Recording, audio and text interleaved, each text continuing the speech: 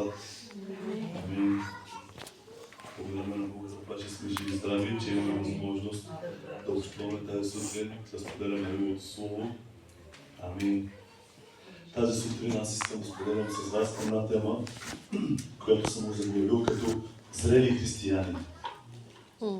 Това е много важна тема за нашия християнски живот, за всеки един от нас.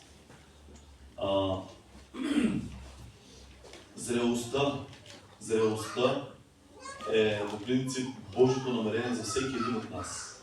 Бог иска всички Негови деца да бъдем зрели. Всички, без изключение. И затова тази сутрин искам да общувам за тази тема. Искам да отворим заедно на 1 Коринтияни, 13 глава, 11 стих.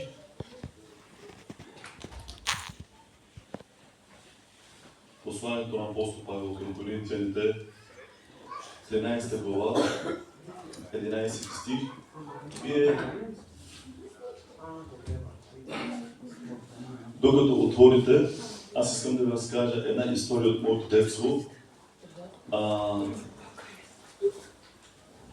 Аз имах по-голяма сестра от мене с 2 години. И когато ние бяхме малки, много често се биехме с нея. Много често тя ме драскаше, много често тя ме хапеше, много често се биехме. Не знам защо така, много се обичахме, не можехме един без друг, но много често се биехме. Дърпаше ми косите, аз се обдех с юмрук. Имахме много дърпане с нея, като бяхме малки. Но когато ние пораснахме, вече тя не ме драскаше, не ме хапеше, вече нямаше тези неща, отидоха тези неща. Тези неща бяха, когато ние бяхме малки.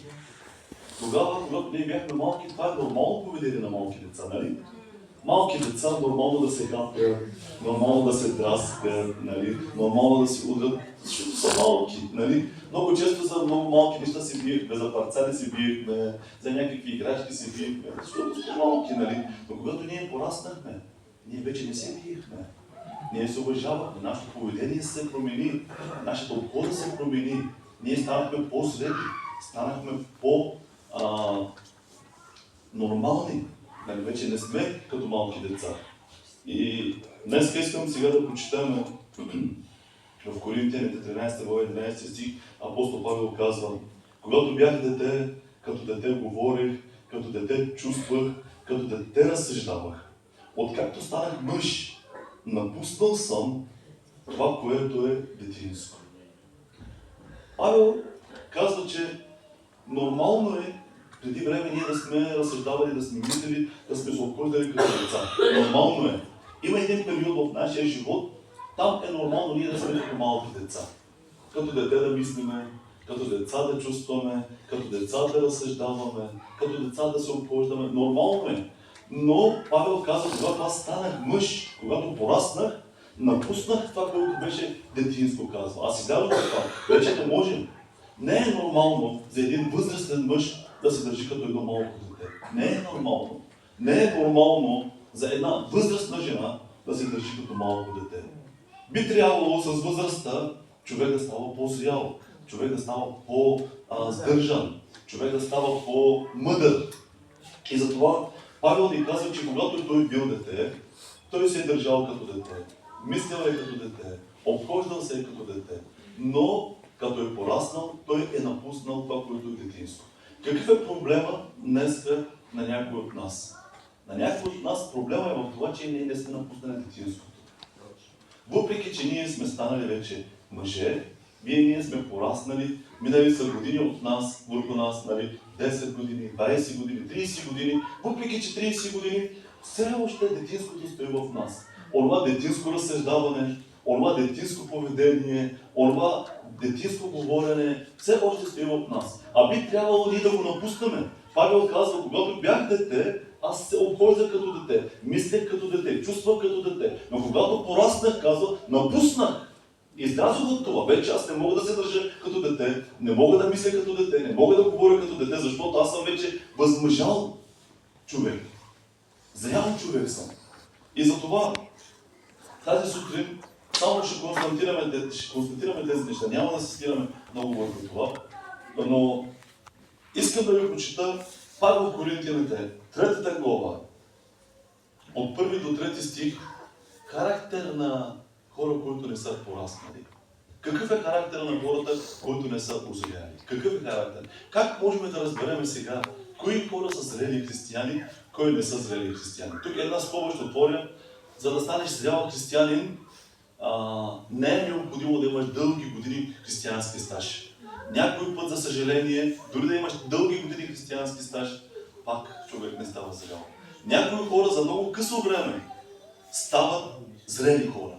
Някой път ние мислиме, че зрели хора трябва да бъдат по-възрастните братя, по-възрастните сестри.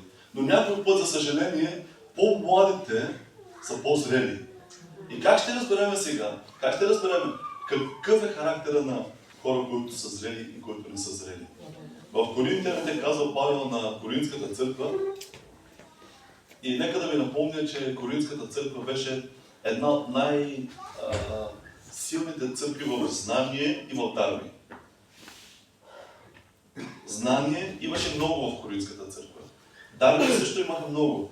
Но Павел казва на тях: и аз, братя, не можах да ви говоря като на духовни, а като на плътски, като на младенци в Христа. Или като на бебета. Аз ви говорих като на бебета в Христа. С мляко ви храних, не с твърда храна, защото още не можете да я приемете, а и сега не можете. Понеже и до сега сте плътски, защото докато има между вас завист, един от признаците на човек, който не е зрял, че има завист. Втори признак – разпра. Аз ви казах, ние се карахме с моята сестра. Постоянно. Тя ме драскаше, хапаше ме, дърпаше ми косите, аз я удрях, биехме се. Защо? Защото ние бяхме малки. Това е признак за това, че сме малки. Апостол Павел каза, когато имаме завист и когато имаме разпра, означава къвги, когато се караме, когато се разправяме един с друг. Това е симптом на човек, който не е зрял. Обратната страна, ако ние нямаме тези неща, това е симптоми на това, че ние сме зрели хора. И Павел им казва, не сте ли плътски и не постъпвате ли по-човешки, докато има помежду вас завист, има помежду вас разпра. Тогава хора, които имат тези неща, показват, че това са слаби християни. Че те са малки, бебете са. Може да си 30 години в християнството, още да си бебе. Възможно е 1 година да си в християнството, да си пораснал. В църквата в Пловдив аз видях такава работа. Видях братя и сестри, които по 30-40 години идват на църква, не можаха да станат зрели хора. Но видях хора за 1 година, млади братя и сестри, за 1 година, за 2 години надминаха братята и сестрите, които 30 години ходиха на църква. Какъв е характера на хора, които не са зрели? Те се карат, те се сърдят, те имат завист, те не могат да прощават, те не могат да се смиряват, те буйстват, имат буен характер. И това показва, че има проблем с зрелостта. Още един стих в Евреи, 5 глава, 12 стих, да четеме. Тази сутрин по-малко искам да се акцентирам върху незрелостта, а по-голямо внимание искам да обърнем към зрелостта, защото това е много важно за нашия християнски живот. Пак ще кажа, може да си от 1 година в църквата, но може Бог да те направи зрял, да бъдеш мъдър, да бъдеш смирен, да нямаш завист, да нямаш разпри, да нямаш къвги, да имаш мир в тебе. Евреи 5:12. Понеже до това време вие трябваше учители да станете, а имате нужда да ви учи някой наново за най-елементарните начала на Божите словеса. И стигнате до там да имате нужда от мляко, а не от твърда храна. Тук показва, че минало е много време от живота на тези християни. Години са минали от тях, върху тях. И Павел казва, според изминалото време, вие учители трябваше да станете. Но сега вие имате нужда още някой да ви учи. Значи години са минали и те все още имат нужда някой да ги учи. И години са минали върху тях, те още са плътски. И Павел им казва, стигнахте до там да имате нужда от мляко.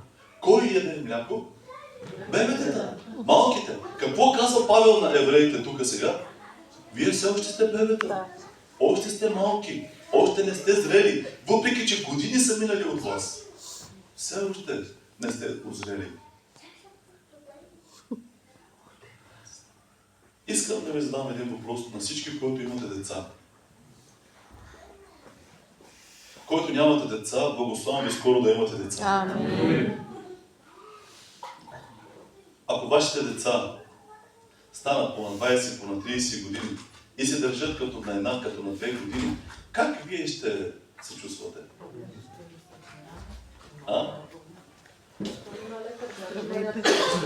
Това не е риторичен въпрос, задавам ви реален въпрос. Как ще се чувствате? Може ли да кажете?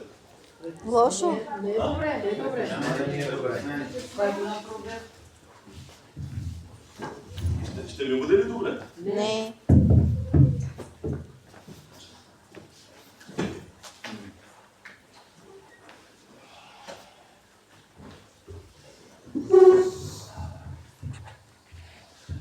Ако ние искаме да зарадваме сърцето на нашия баща, на нашия небесен баща, всички ние трябва да се стремим към това да станем зрели. Амин. Всички ние трябва да се стремим да имаме растеж в нашия живот. Да пораснем в живота. Да не пораснем в умовете, в главите. Бог не иска ние да пораснем, да станем много големи знаятели. Бог иска да се научим да живеем. Бог иска да се научим да се смиряваме. Бог иска да се научим да прощаваме. Бог иска да се научим да не държиме за своето си.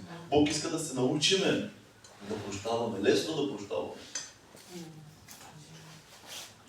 Павел казва на тях, стигнете до там да имате нужда от мляко, а не от твърда храна. А ви като сега трябваше учители да станете. И аз ви казах сега, тази сутрин аз не искам много да се акцентирам върху това за незрялостта, отколкото към зрялостта. Ние скоро в Благоевград чухме, брат Джон ни говори слово за Йосиф. Той каза, че Йосиф е един от хората, от примерите за зрялост. И тази сутрин аз също искам да говоря за Йосиф, като пример да вземем от Йосиф за зрялост. Амин. Искам, преди да отворим словото да четем за Йосиф, накратко да ви кажа неговата история. Накратко. Неговата майка и неговата леля, Рахил и Лия, бяха в една надпревара. Когато Яков отиде в дома на чичо си, тогава там неговия чичо го измами. Вместо да му даде Рахил, за която той работи 7 години, той го измами и му даде неговата по-голяма сестра. И сутринта, понеже Яков той беше пиян, сутринта като се събуди, изненада. До него не беше Рахил, беше Лия. И сега какво ще стане? Айде и за Рахил още 7 години да работи. Общо 14 години работи Яков, за да може да си вземе жената, която той обичаше. Да, Бог направи така, Лия беше плодоносна. Раждаше едно след едно, едно след едно, едно след едно. И Рахил не може да ражда. И тогава те започнаха да се надпреварват. И тогава Рахил даде своята слугиня на Яков и каза, влез при слугинята ми, придоби дете от нея, да може аз да стана майка чрез слугинята си. И така стана слугинята на Рахил роди, айде после Илия даде слугинята си, станаха, голям сериал стана. Турски сериал, пасене да индийските да пасене да, изглеждащи караници, мараници, интриги. И най-накрая стигнаха до там, Рахил роди. Когато Рахил роди, това беше голямо щастие. Дойде Йосиф. Думата Йосиф означава нека Бог да прибави. Името му означава нека още да дойде. Още да дойде. Тя, когато роди едно дете, казва, искам още, Господи, давай още. И затова служи името на сина си, още да дойде. Господ да прибави, още да дойде. И понеже Яков обичаше много Рахил, и сега той имаше дете от любимата си жена, той много възлюби Йосиф. И любовта на Яков към Йосиф накара братята му да го ревнуват, да го завиждат. И не само да го ревнуват, да го завиждат, дай да го намразят. Баща му направи една дрежка, шарена дрежка, и му подари тази дрежка. И той беше много щастлив. И сигурно беше малко да ти кажа такъв горделив с тази дрежка. Нали? Сигурно пред братята си той се пукаше с тази дрежка. Нали? И всички гледаха, и братята му си мислеха, баща ни на нас никога не ни е подарил такава дрежка. Ви сега на Йосиф каква дрежка му подари. И Йосиф много се радва, нали? Много щастлив. Не стига това, Йосиф има и съдища. Отгоре на всичко, Йосиф има и съдища. Не стига, че той е любимец на баща му дава дрехи, направи за него много неща.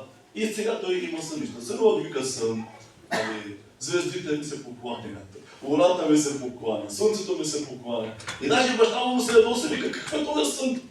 Какъв е сън? Нима ни каза си майка, че ще се покланяме на тебе. Нима? Абе, още един сън имам. Какъв сън? Ние вързваме снопове на полето. И вашите снопове се навеждат пред моя сноп. И те хората не бяха глупави, разбираха какво означава съня. Нали?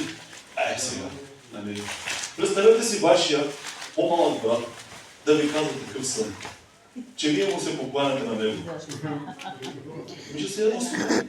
Аз имам малък брат сега на 23 години. Ако той ми каже така, аз ще му се ядосвам. Каква е сън? Аз на тебе ли ще се покланя? Ти трябва да ми показваш на мен уважение, да ми се покляваш. Не аз на тебе, нали? И тогава те още повече го набразиха.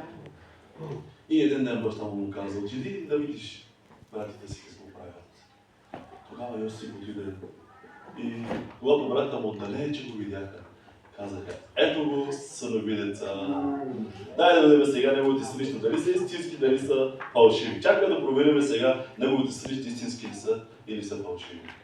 И го хванаха, съблякаха шарната му дрежка и го хвърляха в един ров.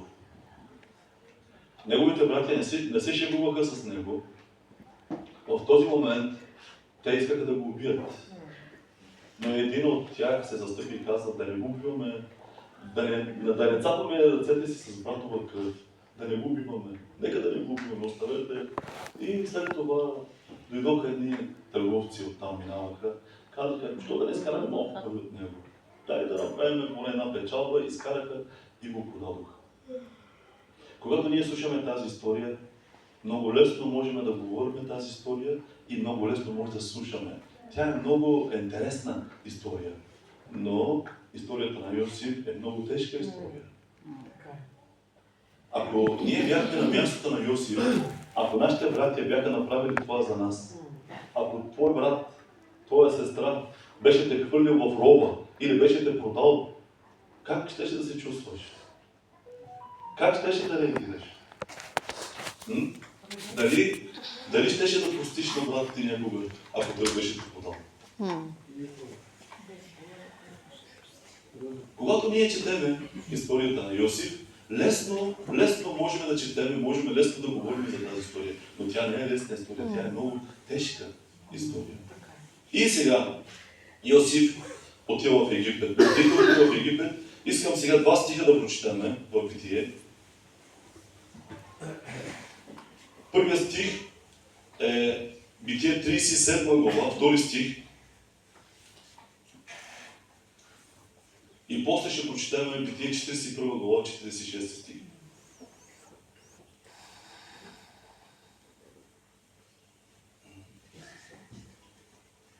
Ето словото за Яковото потомство. Сега ще хванем само тази дума от тук. Йосиф, когато беше момче на 17 години, пасеше овцете заедно с братите си. Йосиф беше на 17 години. Запомнете го това, защото сега ще се наложи малко да използваме предмета математика. Нали? Сега отиваме 41 глава, 46 стих. Йосиф беше на 17 години в 37 глава, а в 41 глава Йосиф беше на 30 години, когато стоя пред египетският фараон. И когато се отдалечи от лицето на фараона, Йосиф обиколи цялата египетска земя. Йосиф беше на 17 години и после Йосиф беше на 30 години. Когато Йосиф беше продаден в робство от братята си, той беше на 17 години. Когато Йосиф застана пред фараона, пред лицето на фараона, той беше на 30 години. Колко години е разликата? 13. 13. Добре. Цели 13 години страдания. Цели 13 години мъка. 13 години Йосиф беше роб. Йосиф беше продаден в дома на един човек, Потифар. И там в дома на Потифар, вие знаете историята, жената на Потифар хвърли върху него обвинение, око хвърли. И тогава Йосиф изпадна в още по-тежка ситуация и го хвърлиха в затвора. Нека да ви кажа, че днешните затвори и тогавашните затвори нямат нищо общо. Днешните затвори са като хотели.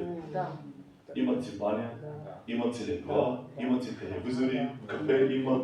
Един ден бях на едно погребение, един затворник беше в погребението, си говорихме, той ми каза така. Когато той излезе от затвора, каза на приятелите си, запазете ми леглото, защото аз скоро ще се върна пак. Аз се чудих защо. Вика, там не плащам ток, не плащам вода, не плащам наем. Вика, не мисля за храна, не мисля за дрехи. Вика, всичко, вика, там имам, вика, безплатно, вика. Какво да правя вънка, вика, вънка ток, вода, всички тия сметки, вика, аз къде да намирам пари. Вика, по-добре да си вляза в затвора, там ще ми е по-спокойно. Но тогавашните затвори не бяха такива. Тогавашният затвор беше просто една дупка.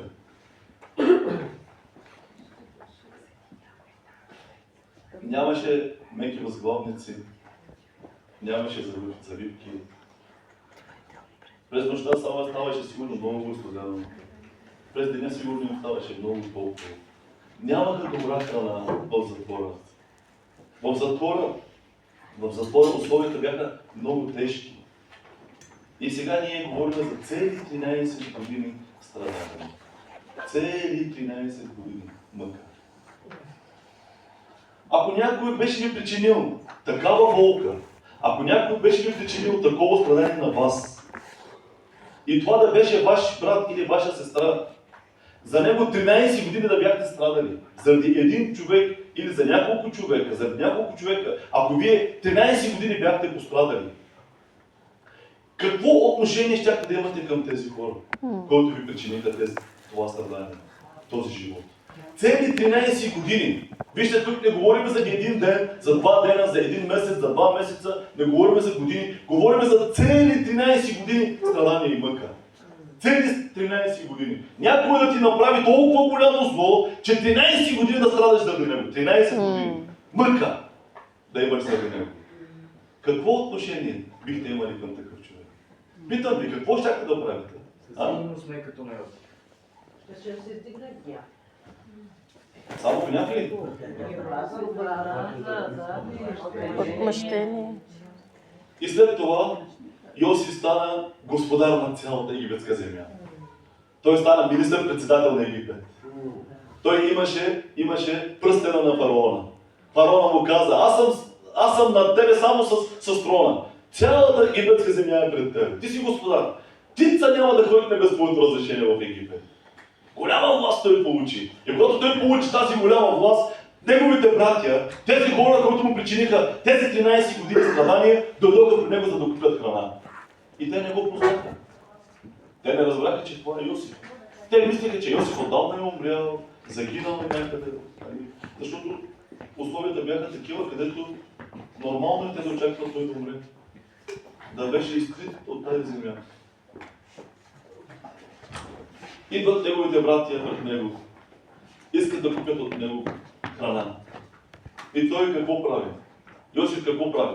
Какво прави? Можете ли да кажете какво прави Йосиф, когато той вижда братите си? Плака се. Как? Първоначално нито плака, нито... Първо той искаше да провери дали те са се променили. И той постави своите братя в един тест. Какъв тест той направи за тях? Изпит направи за тях. Какъв изпит направи Йосиф за тях? Сложи в това, което им даде в багажа, нещо сложи, за да види дали ще му повърна. Точно така.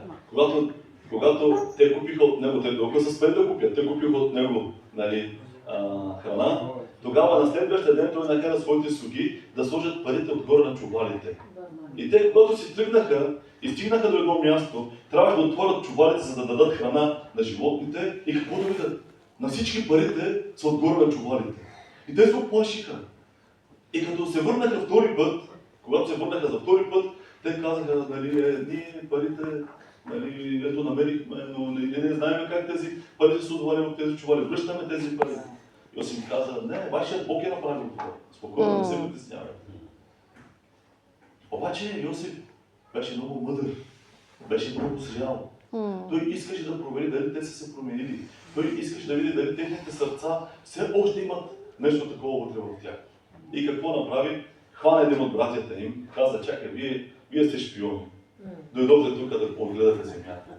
И затова, айде сега разказвайте. Чакай, ние не сме шпиони, ние сме 12 братя, имаме баща, така сме. 12 братя сте. Ето аз гледам само 10, къде са другите двама? Един умре от тях, другия пък и при баща ми той малък, така ли? Щом казвате така, тогава ти ще бъдеш, хваща Симон и казва, ти ще бъдеш затворник тук, докато доведете малкия брат. Сега какво ще правят? Яков не дава Бенямин да мърда никъде. И казва, аз ще умра. Йосиф отиде, аз не мога да се лиша от моето дете. Да, но глада напираше в вратата, свърши храната.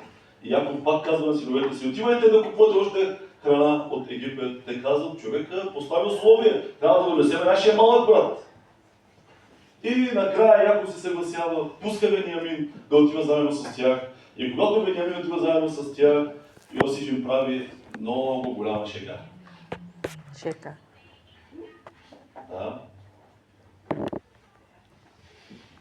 Слага своята златна чаша в чувала на Бенямин. И после кара слугите си да отидат да ги настигнат. Хващат ги по пътя и викат, значи ние на вас добро ви правиме, а вие крадете от нас.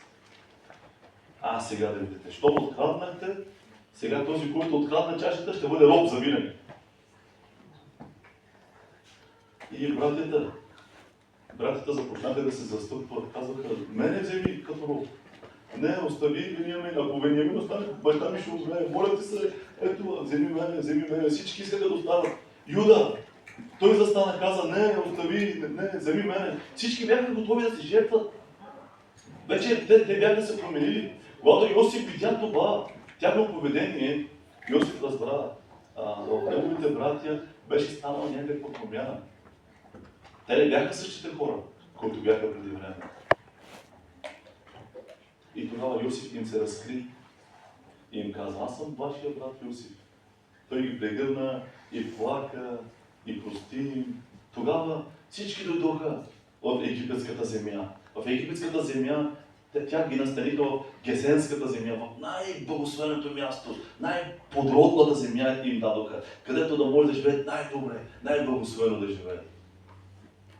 Обаче, нашата история завършва със смъртта на Яков. Когато Яков умря, братята му си казаха, сега с нас е свършено. Край с нас. Йосиф имаше респект към нашия баща. Той затова се отнасяше добре с нас. Обаче, когато сега баща ни умря, той сега ще отмъщава. Защото те знаеха какво са причинили на Йосиф. Те си бяха наясно какво голямо зло бяха направили. Те знаеха какво са причинили.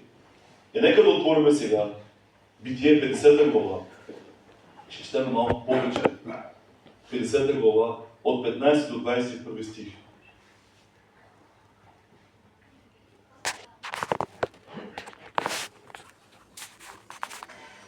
А като видяха Йосифовите братя, че баща им умря, си казаха, може би Йосиф ще ни намрази и ще ни върне жестоко за цялото зло, което сме му направили. Ето, те знаят, че са направили зло на Йосиф.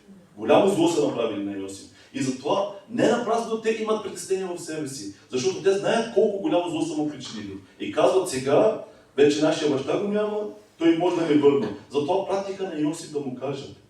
Преди да умре баща ти, ни заповяда с думите. Така да кажете на Йосиф: прости, моля ти се, престъплението на братята си и греха им за злото, което ти направиха. И така, прости, молим ти се, престъплението на слугите на бащиния ти Бог. А Йосиф се разплака, когато му говори. Сега, не знаем дали наистина Яков е казал тези думи на Йосиф да му кажат. Не знаем дали е така. Но аз предполагам, че братята тук измислят, лъжат. Да. Повече мислят, че лъжат от страх. Не казват истината. Не съм сигурен, че Яков е казал тези думи да кажат на Йосиф. Не съм сигурен. Мисля, че те лъжат тук сега. За да спасят кожата си сега, те лъжат. И казват: баща ни, преди да умрем, той каза да простиш на братята си за злото, което те ти направиха. Прости на слугите на бащиния ти Бог. И вижте колко мъдро използват слугите на бащиния ти Бог. Ние сме слуги на бащиния ти Бог. Ние сме слуги на Бога на бащите ти. Нали? Прости сега нашите грехове, нашето престъпление. Обаче, когато Йосиф чу тяхното говорене, той се разплака. И вижте какво. После отидоха братята му и паднаха пред него и казаха: ето, ние сме ти слуги. А Йосиф им каза: не бойте се. Нима аз стоя на мястото на Бога. Вие наистина намислихте зло против мене, но Бог го намисли за добро, за да действа така, че да спаси живота на много хора, както и стана днес. И така, не бойте се. Аз ще храня вас и домовете ви и ги утеши и им говори любезно. Те имаха страх. Сега Йосиф ще ни отмъсти.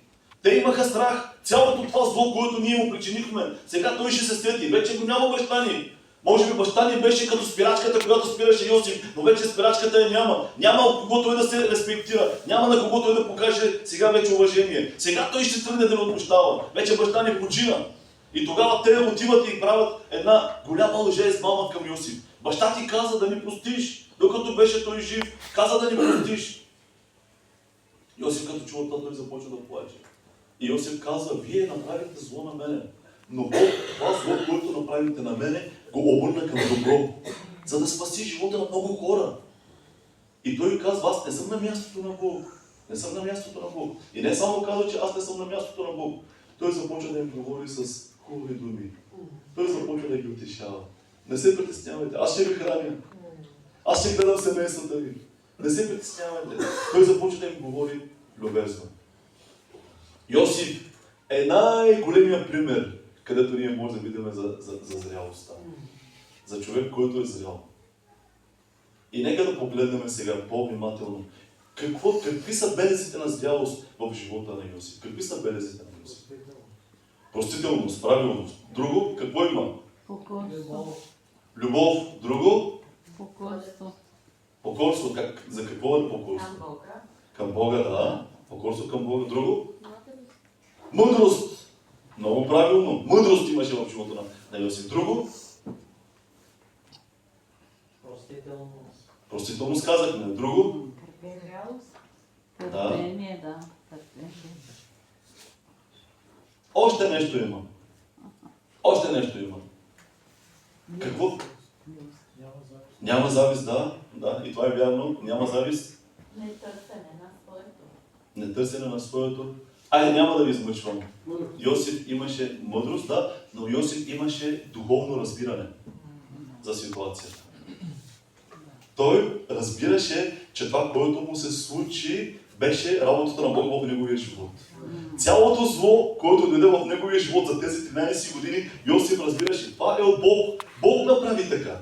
Бог допусна аз да страдам по този начин. Бог ме доведе в Египет. Бог ме направи аз да влеза в затвора. Бог направи аз да бъда като роб в тази страна. Бог ме доведе тук. Той имаше разбиране, имаше духовно разбиране за ситуацията. И понеже той имаше духовно разбиране за ситуацията, за това, че имаше духовно разбиране, той имаше зрялост, той имаше прошка, той имаше любов, той имаше такова отношение, защото имаше духовно разбиране. Защо ние не можем да правим тези неща, които Йосиф ги прави?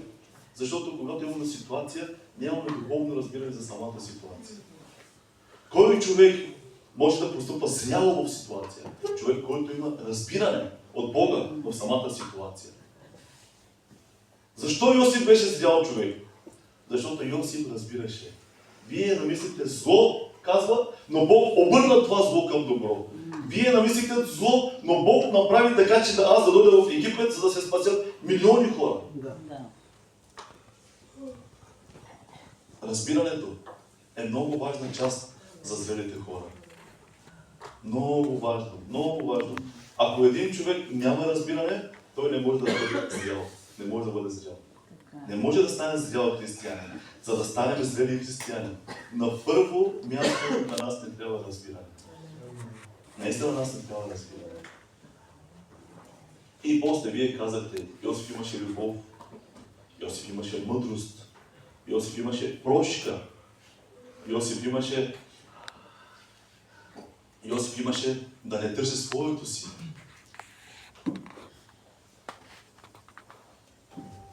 Сега, ако ние искаме да бъдем зрели хора, трябва да имаме същите качества в нашия живот.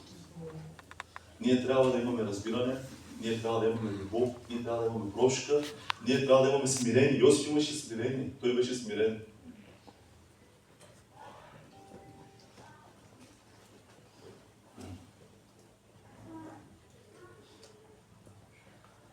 Един от големите проблеми, братя и сестри, един от големите проблеми е в това, което казахме в началото.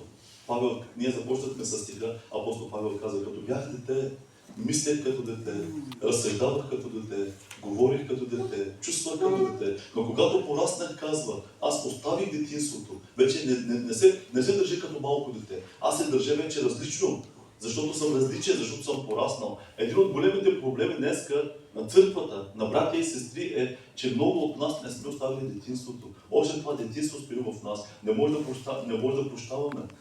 Не можем да носиме. Нямаме разбиране за ситуациите, които идват в нашия живот. Дори когато имаме ситуация с брат или с братя, ние нямаме разбиране, че тази ситуация идва от Господа, за да ни научи на нещо. Ако ние имаме разбиране в самата ситуация, че имаме различно поведение, че имаме различно държание в самата ситуация. Ако нямаме в ситуацията разбиране, ние няма да можем да реагираме правилно в тази ситуация.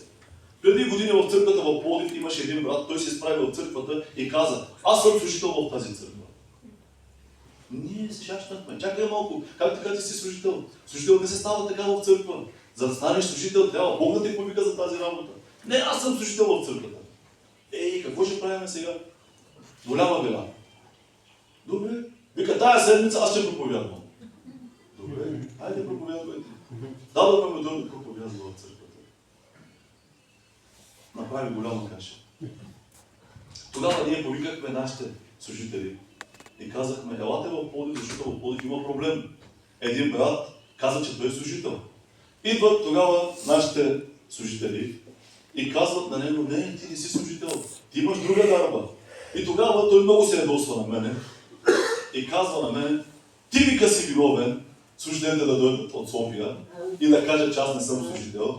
И даже казва, че самите служители, нашите авторитети, се страхуват от мене, затова му казва, че той не е служител. Той беше малко лабилен в психиката. Аз и друг път съм ви казвал за този брат. Той беше малко нестабилен човек. И той човека казва, аз съм служител. И тогава той ме намрази, защото аз му казах, брат, това не е твоята дарба. Брат, това не е твоята дарба. Ти имаш друга дарба. Но тогава той много ме намрази. И когато той ме намрази, започна всеки ден да ме кълне. Рак да ме хване, камън да ме удари. Всяка сутрин, като ставаше той сутринта, започваше да ме кълне. С най-големите там хубавите клетви, които може да се направи. Не само това. Всяка сутрин, след като завършваше да ме кълне, започваше да ме цува. Хубаво.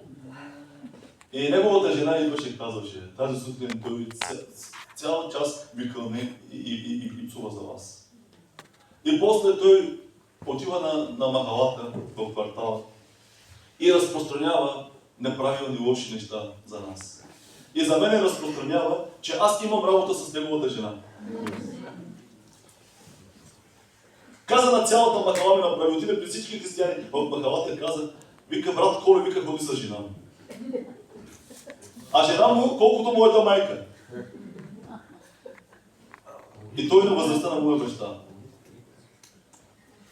В тази ситуация, когато имахме тази ситуация, когато този човек ме мразеше, когато този човек правеше това, естествено в нас има път, в нас имаме нашата човешка реакция. Аз също тъкма да се настройвам срещу него. В момента, когато аз да се настройвам срещу него, чух вътре в себе си Божия глас. Бог ми каза, в мисли, не чух директно като глас, но като мисли, Бог ми даде мисли. И Господ ми каза, Колю, нали знаеш, че в училище има дъска, на която учителите пишат уроците, от които децата учат? Казвам, да, Господи, знам. И ми каза, този човек в момента е дъска, на която аз пиша урок, ти да учиш от него сега. Докато той те мрази, ти трябва да го обичаш. Докато той те псува, ти трябва да го благословаш. Докато той те кълне, ти трябва да се молиш за него, да плачеш за него. Ей, Господи, сега, какво да правя? Представяш ли си човека с дезна и обедни името ми от целия квартал? Разпространява лъжи за мен.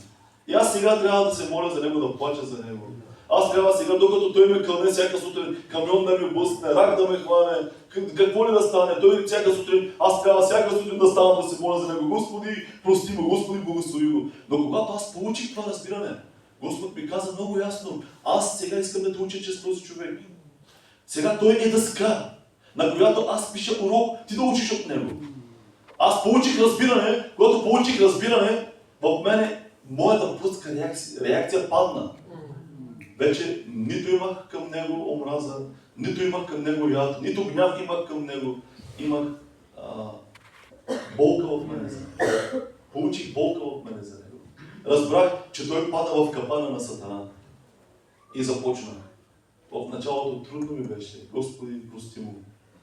Господи, имай милост за него.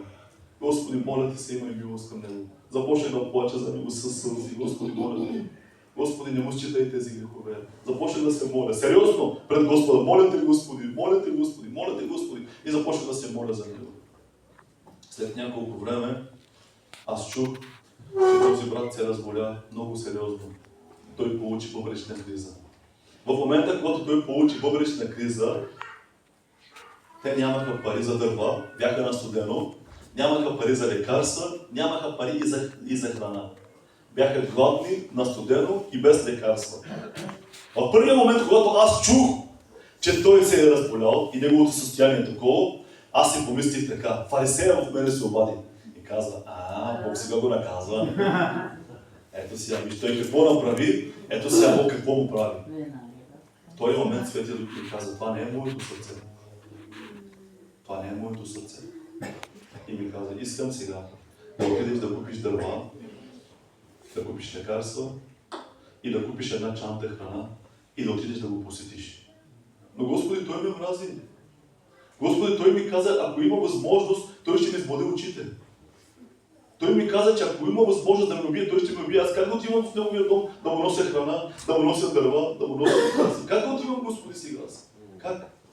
Но понеже аз имах разбиране в тази ситуация, понеже когато човек има разбиране в ситуацията, в самата ситуация, когато имаш разбиране, ти можеш да имаш правилно поведение. Ти можеш да стоиш в ситуацията. Защо ние не можем да стоим в ситуациите, които идват в нашия живот? Защото не разбираме, че Бог изпраща тази ситуация в нашия живот. Йосиф разбра, че тази ситуация беше от Бога за неговия живот и понеже той разбра, затова той се смири. Затова той се примири с тази ситуация. Затова той каза, Бог ме доведе тук. Моите братя направиха всичко това, но това беше Божия план за моя живот. Аз да дойда тук. Ако моите братя не бяха ме намразили, ако моите братя не бяха ме хвърлили в роба, ако моите братя не бяха ме продали като роб, аз никога няма да застигна в двореца, да стана втори след фараона. Това беше Божият път, Божията воля за моя живот. Йосиф имаше разбиране в ситуацията. Кои са хора, които могат да станат зрели християни? Които разбират. И които, когато разберат, се примиряват с ситуациите. Разбират, от Бога ми е тази ситуация. Бог иска да умирам сега в тази ситуация. Бог иска да уча сега в тази ситуация. Много пъти Бог ще използва хората като дъска, на която да пише на вас уроци и да учите от хората. Много пъти, много пъти. Но защо ние не можем да учим? Защото сме малки. Малки деца трудно учат. Нали? Малки деца трудно учат. А Бог иска ние да сме зрели хора, да учиме. И аз отидох, покорих се на Господа. Купих дърва, купих въглища, купих храна, купих лекарства. Отидох в дома на този брат, почуках на вратата. И когато той ме видя, той се срамуваше да гледа лицето ми. Той гледаше само земята и не можеше да гледа лицето ми, само на земята гледаше. През цялото време, докато аз бях там, той само гледаше в земята. Аз запалих печката, дадох лекарствата, дадох храната, казах на сестрата да приготви. Молих се за него, прегърнах го, казах му, не се притеснявай, Бог те обича. Аз те обичам, аз те прощавам. Плакахме заедно с него тогава. Аз спечелих поемата. Цялата тази злоба, която беше в него, си отида от него. Аз учих в тази ситуация, защото имах разбиране. Бог ми каза, че това е сега ситуация, в която той иска да ме научи. И не само един път, още много пъти Бог ме учи в такива ситуации. Много пъти Бог ме учи чрез братя, чрез сестри, чрез тяхното неправилно говорене, чрез тяхното неправилно поведение, чрез тяхната неправилна обхода. Много пъти Бог ме учи чрез моето семейство. Защо? Защото това е Божия план да ме направи по-зрял. Господ да ме възрастява, да ставам по-стабилен, да бъда по-здрав. Как ще стане това? Ако ние минаваме през неща с разбиране. С разбиране. Защо не може да излезем от нашето детинство, братя и сестри? Защо още сме като малки деца? Защото в ситуацията нямаме разбиране, не стоиме с разбиране. Защото когато идват ситуациите, проблемите в нашия живот, ние роптаеме. И не само роптаеме. Имаме разправа. Разправяме се с хора. Караме се с брата. Караме се с сестрата. А Бог иска да те научи чрез този брат. Бог иска да те направи по-зрял чрез този брат, чрез тази сестра. Бог иска да те смири. Бог иска да те научи да прощаваш. Бог иска да те научи да обичаш. Как ще се научиш да обичаш? Как ще се научиш? Господ каза, чули ли сте, че е било казано, обичайте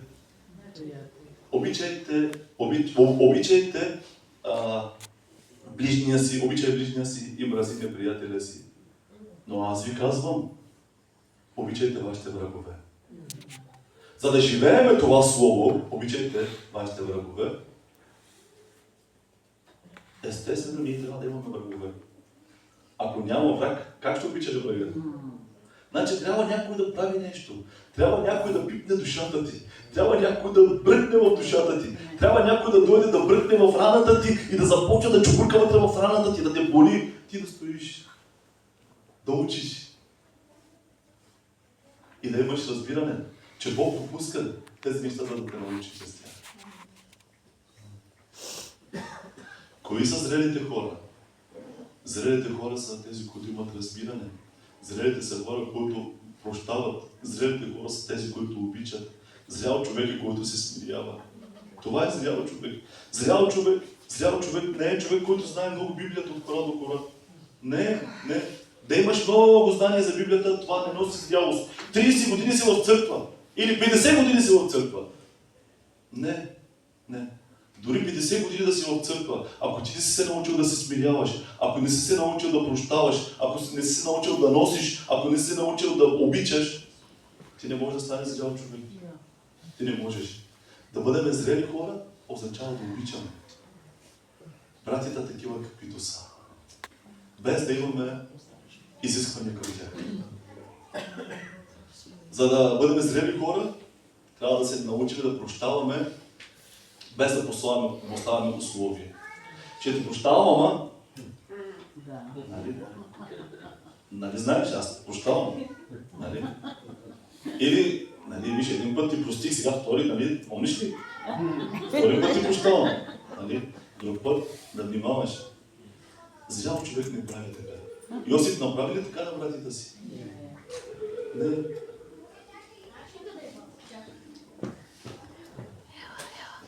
Йосиф много прилича на нашия Господ Исус. Много прилича. В Стария Завет, от всички персонажи, които се намират в Стария Завет, най-много Йосиф прилича на нашия Господ. Най-много той прилича на нашия Господ Исус. Волята на Бога за всички нас е да станем зрели християни. Независимо дали си млад, дали си възрастен, независимо дали си от вчера в църквата или си от 30 години в църквата, независимо дали си брат или си сестра, няма никакво значение. Бог иска всички ние да станем зрели хора. Амин. Бог иска всички ние да пораснем. Да има растеж в нашия живот. Какъв е признака за това, че ние сме пораснали? Не са нашите думи. Не можем да разбираме от думите на някой човек, че този човек е пораснал. Не от думите не.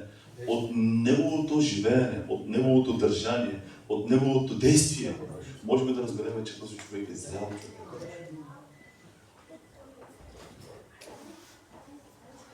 По принцип на турски език ние имаме една поговорка, която се казва така. Hiç kimse benim ayranım ekşi demiyor. В превод означава никой не казва, че моят айран е кисел. Например, аз, Славчо, Боби и Найдо продаваме айран. И четиримата имаме айран, продаваме айран. И ние сега трябва да караме клиентите. Кой от нас ще каже, моя айран е кисел, не е хубав, не да го купуваш? Дори да е лош моя айран, неговия да е по-хубав, аз ще кажа, че моя е по-хубав. Нали? Защото от нас има такава натура. Никой от нас тук няма да каже, аз не съм зрял. Всички сега в момента мислим за себе си, аз съм зрял. Аз съм зрял. Такава натура имаме, нали? Да. Всички мислите, че вие сте много зрели, нали?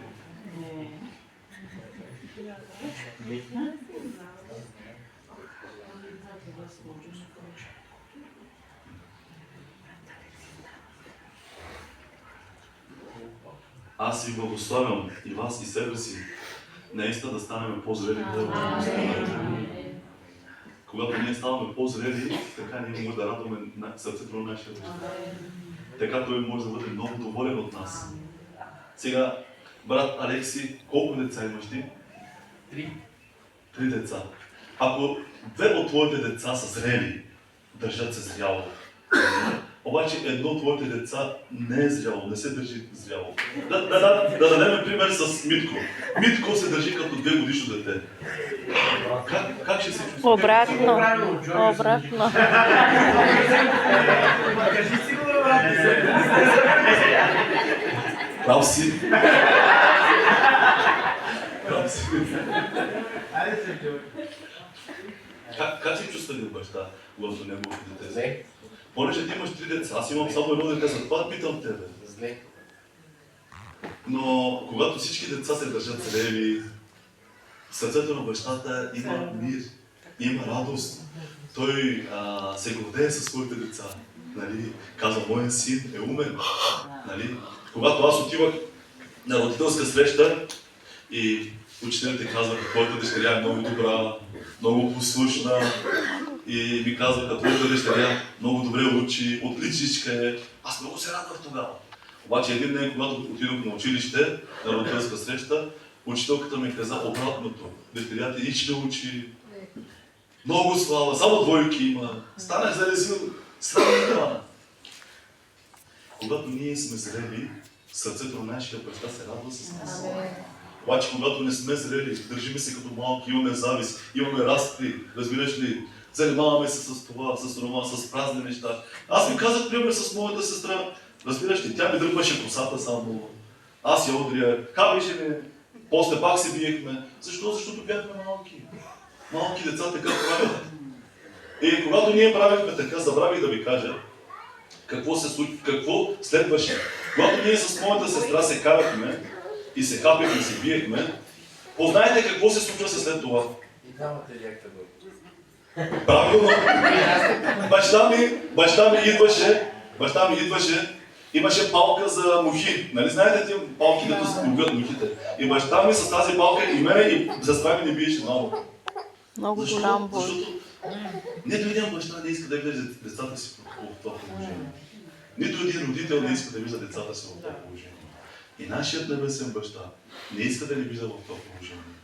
Нашият баща иска ние да пораснем. Алелуя!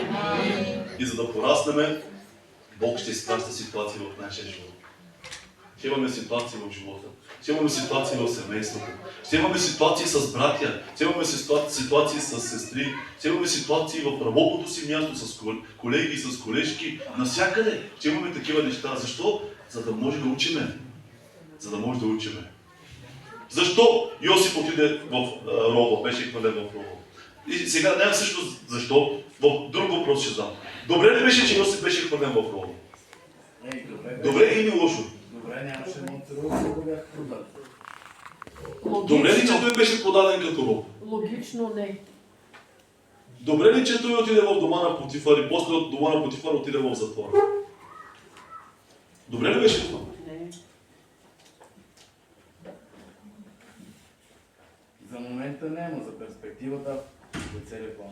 Точно така. В самата ситуация не изглежда, че е добре. Нали?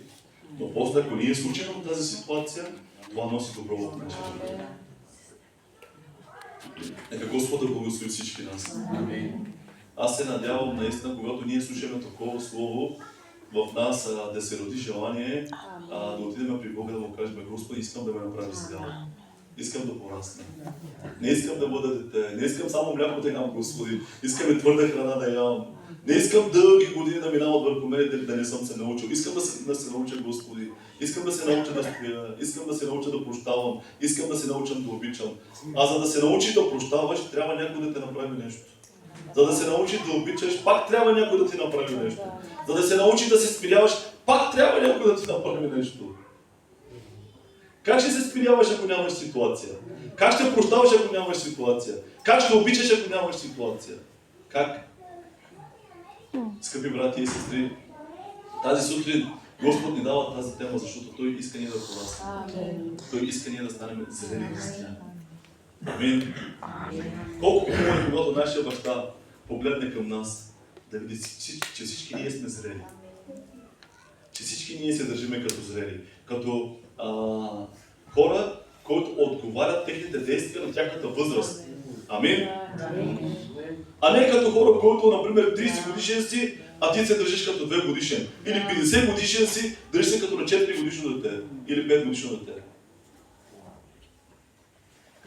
Нека Господ да има милост към нас. Нека Господ да ни помогне наистина ние да имаме растеж в нашия живот. И да получим тази зрялост, която имаше в нашия брат Йосиф. Нека Бог да ви благослови.